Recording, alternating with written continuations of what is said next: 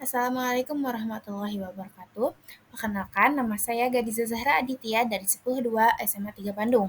Pada hari ini, saya membuat video ini dalam rangka untuk memenuhi tugas ekonomi pada semester 2 ini. Dengan itu, saya akan memulai presentasi pada hari ini, dimulai dengan materi yang pertama, yaitu tentang Bank Sentral. Apa itu Bank Sentral? Bank Sentral adalah lembaga keuangan otoritas yang memiliki peran sentral dan strategis dalam menjaga kestabilan ekonomi yang berkembang secara dinamis. Bank Sentral di Indonesia adalah Bank Indonesia yang bertanggung jawab atas keuangan dan perbankan nasional. Tujuan Bank Sentral adalah mencapai dan memelihara kestabilan nilai rupiah. Apa saja tugas Bank Sentral? Bank Sentral menetapkan dan melaksanakan kebijakan moneter, mengatur dan menjaga kelancaran sistem pembayaran, dan serta mengawasi bank. Selanjutnya, apa saja peran Bank Indonesia dalam stabilitas keuangan? Yang pertama, memiliki tugas untuk menjaga stabilitas moneter melalui instrumen suku bunga dalam operasi pasar terbuka. Yang kedua, memiliki peran vital dalam menciptakan kinerja lembaga keuangan yang sehat. Yang ketiga, memiliki kewenangan untuk mengatur dan menjaga kelancaran sistem pembayaran. Yang keempat, dapat mengakses informasi yang dinilai mengancam stabilitas keuangan. Dan yang terakhir, sebagai jaringan pengaman sistem keuangan melalui fungsi bank sentral sebagai lender of last resort. Selanjutnya, apakah saja fungsi bank sentral? Yang pertama, menghimpun dana. Yang kedua, menyalurkan kepada masyarakat membutuhkan bantuan dalam bentuk kredit. Yang ketiga, bank sirkulasi, yaitu pemegang hak tunggal atau hak otoritas. Yang keempat, Bankers Bank sebagai sumber dana bagi bank lain. Dan yang terakhir, sebagai pemberi pinjaman pada tingkat akhir, yaitu memberikan pinjaman pada bank yang memerlukan. Nah, selanjutnya dilanjut lagi dengan materi sistem pembayaran. Apa itu sistem pembayaran? Sistem pembayaran adalah konsep yang bukan hanya terkait tata cara atau metode pembayaran saja, melainkan juga melibatkan peraturan dan lembaga. Sistem pembayaran adalah sistem yang untuk memindahkan uang dari satu pihak ke pihak lainnya. Hadirnya sistem pembayaran diiringi juga dengan munculnya konsep uang sebagai alat tukar dalam aktivitas jual beli barang dan jasa. Apakah saja prinsip dasar sistem pembayaran? Yang pertama, risk reduction, yaitu meminimalisasi risiko, yaitu menjaga keamanan penggunaan dan melakukan mitigasi demi mencegah berbagai macam risiko pada kredit, fraud, dan likuiditas. Yang kedua, efisiensi. Tujuan prinsip efisiensi pada sistem pembayaran adalah mendorong lembaga pelaksanaan untuk bekerja secara efisien. Yang ketiga, kesetaraan akses, yaitu mencegah terjadinya kegiatan praktik monopoli yang ada pada industri sistem pembayaran. Dan yang terakhir, consumer protection, yaitu perlindungan konsumer, yang mana bentuk penjagaan dimulai dengan sejumlah uang tunai yang beredar ataupun layak kondisi dana tersebut untuk diedarkan. Selanjutnya, jenis sistem pembayaran. Terdapat 3 jenis sistem pembayaran. Yang pertama, retail payment, yaitu sistem pembayaran ini digunakan untuk memproses transaksi ekonomi dengan nilai yang kecil yang dikhususkan untuk pembayaran tanpa menggunakan uang sepeser pun. Sebagai contoh, ATM, debit cards, dan sebagainya. Selanjutnya, terdapat batch system. Apa itu batch system? Batch system adalah sistem yang memungkinkan dilakukannya pembacaan data dari instrumen paper-based, kemudian memproses seluruh batches dari instrumen paper-based secara elektronik. Contohnya, cek, kredit, remittance, electronic direct debit payments, dan electronic credit payments. Dan terakhir yaitu wholesale payment system, yaitu pemrosesan transaksi khusus yang bernilai besar dan bersifat penting yang muncul dari transaksi treasury, dealing, trade finance, dan operasi lainnya di bank-bank yang tersentralisasi. Faktor utama yang membedakan sistem ini selain dari nilai pembayarannya adalah bahwa setiap pembayaran diproses secara individual. Lanjut lagi dengan apa itu alat pembayaran. Alat pembayaran adalah alat yang digunakan untuk melakukan transaksi, baik secara tunai maupun non-tunai. Penggunaan alat transaksi biasanya untuk pembelian produk ataupun jasa. Alat pembayaran dalam bentuk tunai bisa disebut dengan uang. Contohnya uang. Apa fungsi uang? Fungsi uang adalah sebagai alat tukar, alat satuan hitung, alat penyimpan kekayaan, dan alat pemindah kekayaan. Apakah saja jenis-jenis uang? Yang pertama, berdasarkan bahannya, yaitu uang logam yang terbuat dari logam mulia, uang kertas yang terbuat dari kertas yang berkualitas dan tidak mudah robek.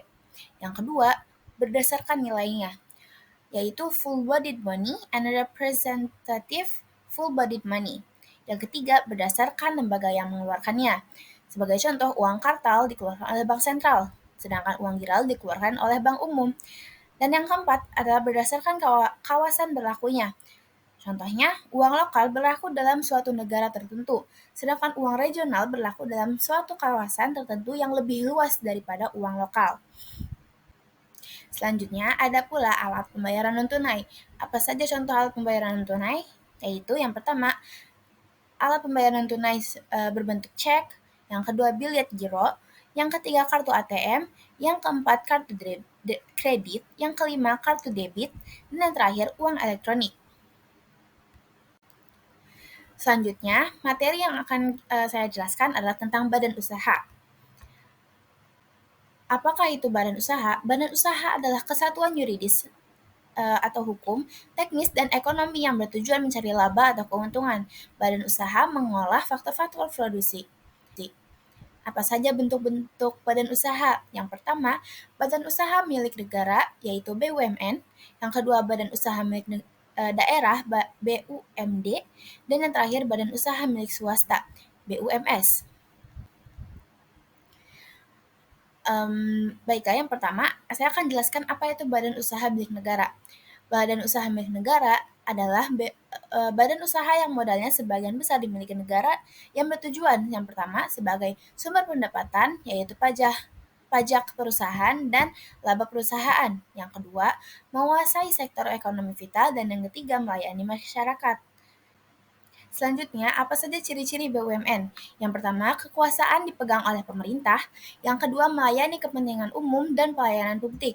Yang ketiga, sebagai sumber pendapatan negara. Yang keempat, semua risiko ditanggung oleh pemerintah. Yang kelima, menyediakan produk yang dibutuhkan oleh masyarakat. Dan yang terakhir adalah saham dapat dimiliki oleh masyarakat luas. Namun, apalagi fungsi dan peran BUMN? Fungsi dan peran BUMN adalah sebagai salah satu media bagi pemerintah, sebagai lahan untuk menciptakan lapangan kerja baru, sebagai salah satu sumber pemasukan negara, penyedia barang dan jasa, pencegah adanya monopoli usaha dan kapitalitas, mengelola SDA Indonesia dengan baik, dengan bijak dan benar, pembina untuk pengembangan UMKM, koperasi, dan masyarakat, stimulator atau pionir, dan katalisator. Apa saja bentuk BUMN? Bentuk BUMN adalah Perseru, Perum, dan Perjan. Perseru bertujuan untuk mencari laba dengan modal saham, berpimpinan dengan direktur, pegawainya adalah pegawai swasta, dan contohnya adalah PLN, INKA, GIA, dan KAI. Untuk Perum, Perum bertujuan untuk melayani masyarakat dan mencari laba yang bermodal kekayaan yang dipisah. Pimpinannya adalah direktur, pegawainya adalah pegawai perusahaan, dan contohnya adalah Peruri dan Perumnas. Untuk Perjan bertujuan untuk melayani masyarakat, modalnya adalah APBN, pimpinannya adalah direktur, dan pegawainya adalah PNS. Selanjutnya, saya akan menjelaskan apa itu badan usaha milik daerah. Badan usaha milik daerah adalah perusahaan yang dimiliki, dikelola, serta diawasi oleh pemerintah daerah. Jenis-jenisnya adalah perusahaan umum daerah, yaitu Perumda, dan perusahaan perseroan daerah, yaitu Perseroan.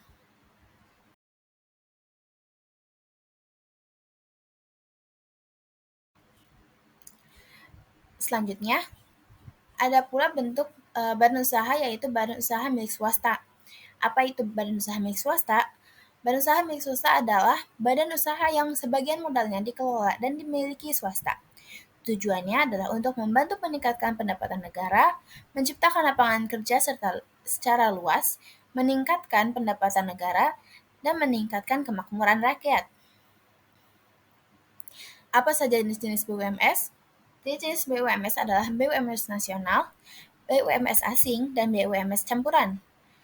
Apa saja ciri-cirinya? Ciri-ciri BUMS adalah modal sepenuhnya dimiliki swasta, berorientasi pada profit, pembagian laba berdasarkan porsi kepemilikan, persahaman, perusahaan atau saham. Perusahaan swasta bisa melakukan penawaran saham di dunia. Perusahaan swasta mendapatkan modalnya dari lembaga pembiayaan bank maupun non-bank, dan terakhir hak suara sesuai kepemilikannya.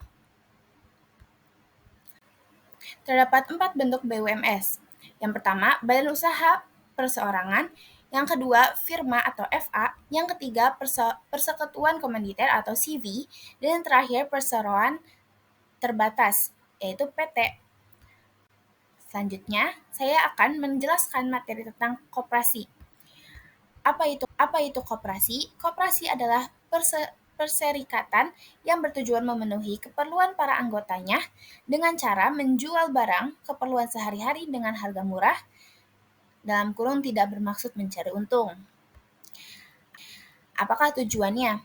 Tujuannya termuat dalam Undang-Undang tentang Perkoperasian Pasal 3, yaitu untuk menyejahterakan anggota pada khususnya dan masyarakat pada umumnya, serta ikut membangun tatanan perekonomian nasional dalam rangka mewujudkan masyarakat yang maju, adil, dan makmur berdasarkan Pancasila dan UUD 1945. Koperasi juga diharapkan mampu memberikan kontribusi dan meningkatkan taraf kehidupan masyarakat. Apa saja prinsip koperasi? Prinsip koperasi berdasarkan Undang-Undang Nomor 25 Tahun 1992 tentang prinsip dan fungsi koperasi, yaitu yang pertama, keanggotaan bersifat sukarela dan terbuka. Yang kedua, pengelolaan dilakukan secara demokratis. Yang ketiga, pembagian sisa hasil usaha atau SHU dilakukan secara adil sesuai dengan besar jasa usaha tiap anggota, pemberian balas jasa yang terbatas terhadap modal kemandirian. Yang keempat, pendidikan perkoperasian. Dan yang kelima, kerjasama antar koperasi.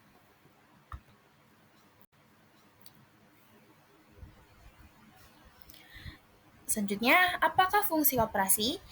Fungsi koperasi yang pertama adalah membangun dan mengembangkan potensi dan kemampuan ekonomi anggota pada khususnya dan dalam masyarakat pada umumnya untuk meningkatkan kesejahteraan ekonomi dan sosialnya. Yang kedua, berperan serta secara aktif dalam upaya meningkatkan kualitas kehidupan manusia dan masyarakat. Yang ketiga, memperkukuh perekonomian rakyat sebagai dasar kekuatan dan ketahanan perekonomian nasional dengan koperasi sebagai guru utamanya. Yang keempat, berusaha untuk mewujudkan dan mengembangkan perekonomian nasional yang berupa usaha bersama berdasar atas asas kekeluargaan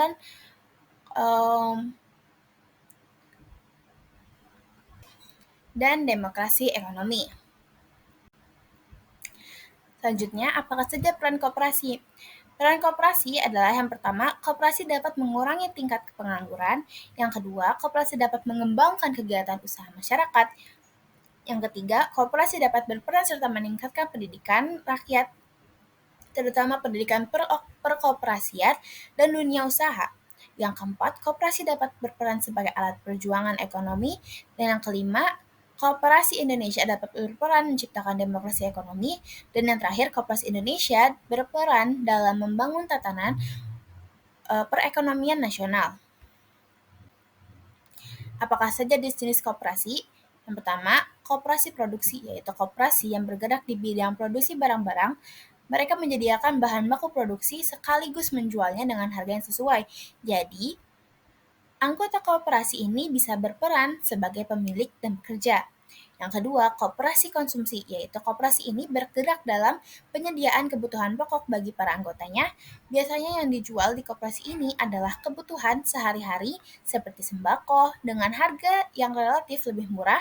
Dengan begitu, anggota koperasi berperan sebagai pemilik dan pembeli bagi koperasinya. Yang keempat yaitu koperasi simpan pinjam. Koperasi simpan pinjam bisa juga disebut dengan koperasi kredit, yaitu koperasi ini menyediakan pinjaman dan penyimpanan uang bagi anggotanya. Anggota koperasi ini bisa meminjam uang saat membutuhkannya dengan syarat dan bunga yang rendah, tapi uang yang dipinjamkan dari koperasi ini hanya untuk jangka pendek. Dan yang kelima yaitu koperasi serba usaha.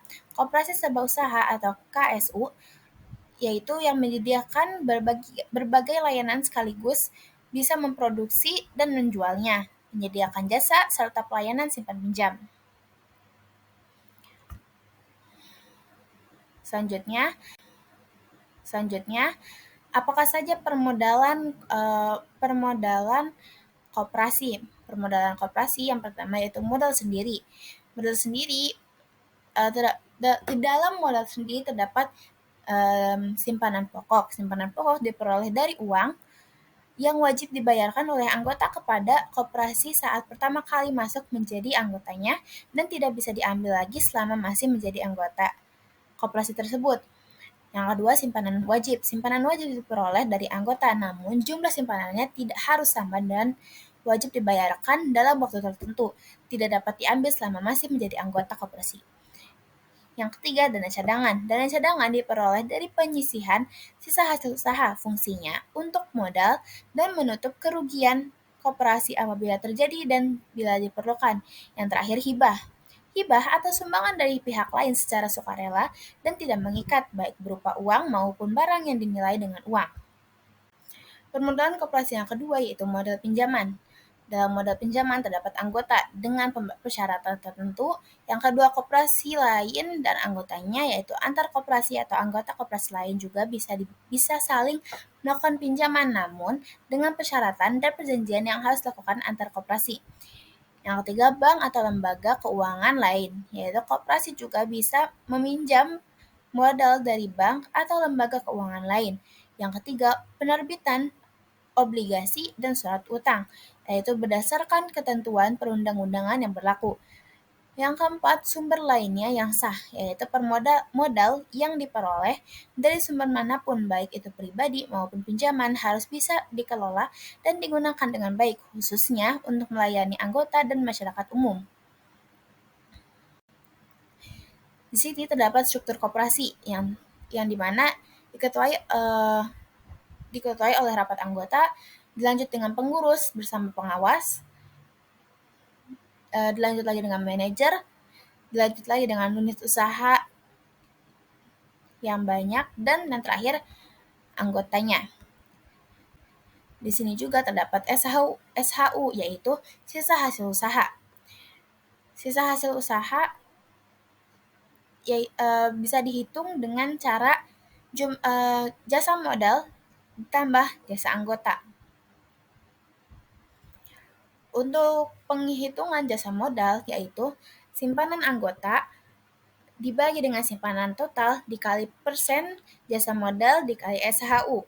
Sedangkan untuk jasa anggota, penjualan anggota dibagi dengan penjualan total dikali dengan persenan jasa anggota dan dikali juga dengan SHU-nya.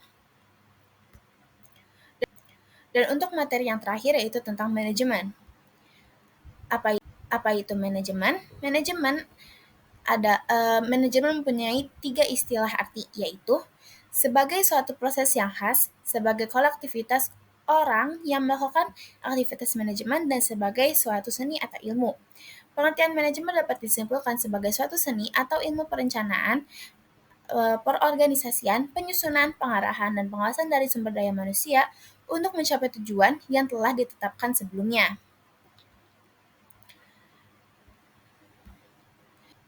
Di sini terdapat tingkatan manajemen.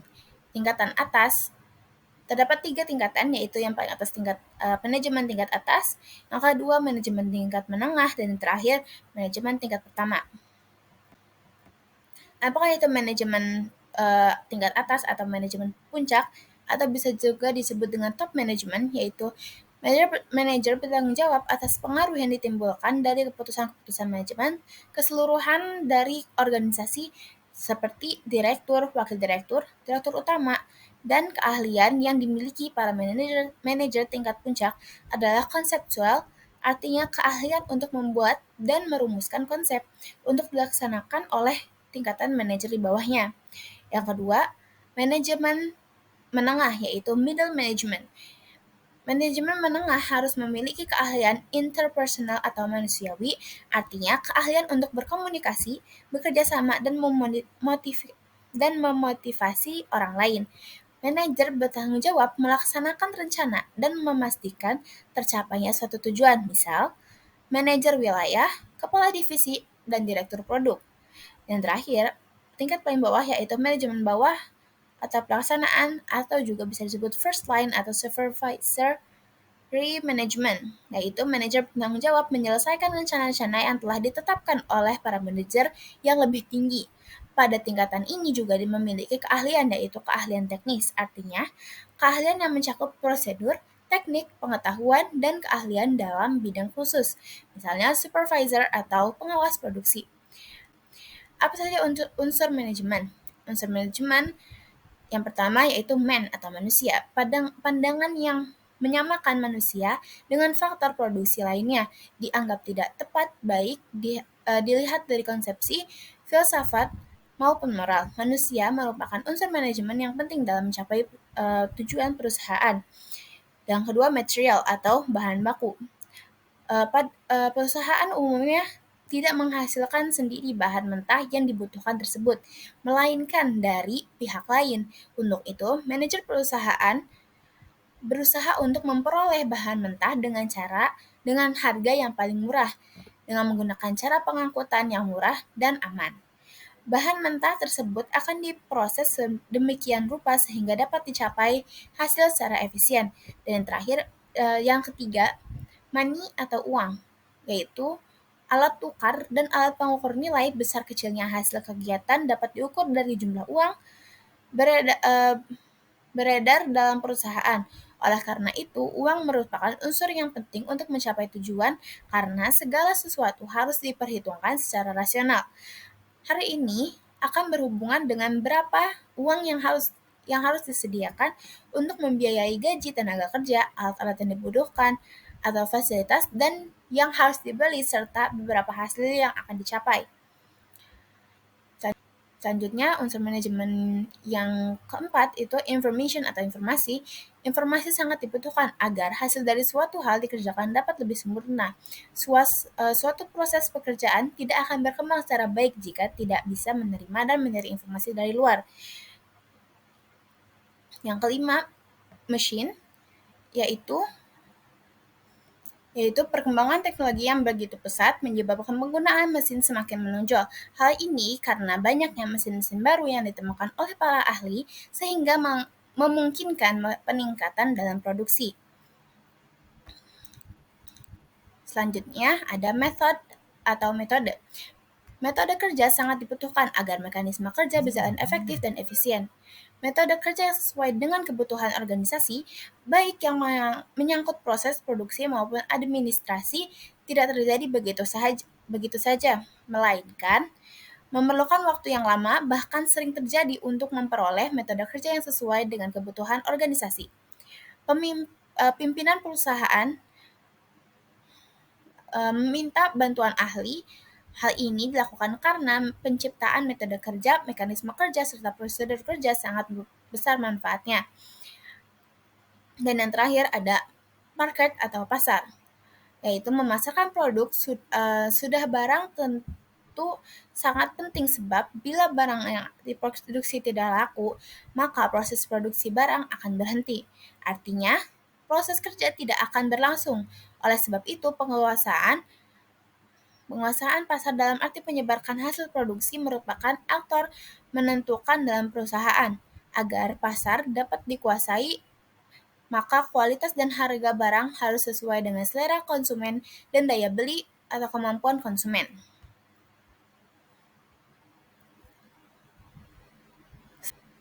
Selanjutnya, ada fungsi manajemen. Fungsi manajemen yang pertama adalah perencanaan atau planning, yaitu proses yang menyangkut upaya yang dilakukan untuk mengantisipasi kecenderungan di masa yang akan datang, dan penentuan strategi dan teknik taktik yang tepat untuk mewujudkan target dan tujuan organisasi. Yang kedua, perorganisasian atau organizing, yaitu proses yang menyangkut bagaimana strategi dan taktik yang telah dirumuskan dalam perencanaan desain dalam sebuah struktur organisasi yang tepat dan tangguh, sistem dan lingkungan organisasi yang kondusif, dan dapat memastikan bahwa semua pihak dalam organisasi dapat bekerja secara efektif dan efisien guna pencapaian tujuan organisasi. Yang ketiga, fungsi pengarahan dan implementasi atau actuating atau directing, yaitu proses implementasi program agar dapat dijalankan oleh seluruh pihak dalam organisasi serta proses memotivasi agar semua pihak tersebut dapat menjalankan tanggung jawabnya dengan penuh kesadaran dan produktivitas yang tinggi. Dan yang terakhir, pengawasan atau controlling, yaitu proses yang digunakan untuk memastikan seluruh rangkaian kegiatan yang telah direncanakan, diorganisasikan, dan diimplementasikan dapat berjalan sesuai dengan target yang diharapkan, sekalipun berbagai perubahan terjadi dalam lingkungan dunia bisnis yang dihadapi. Sekian presentasi dari saya. Maaf jika ada kesalahan. Wassalamualaikum warahmatullahi wabarakatuh.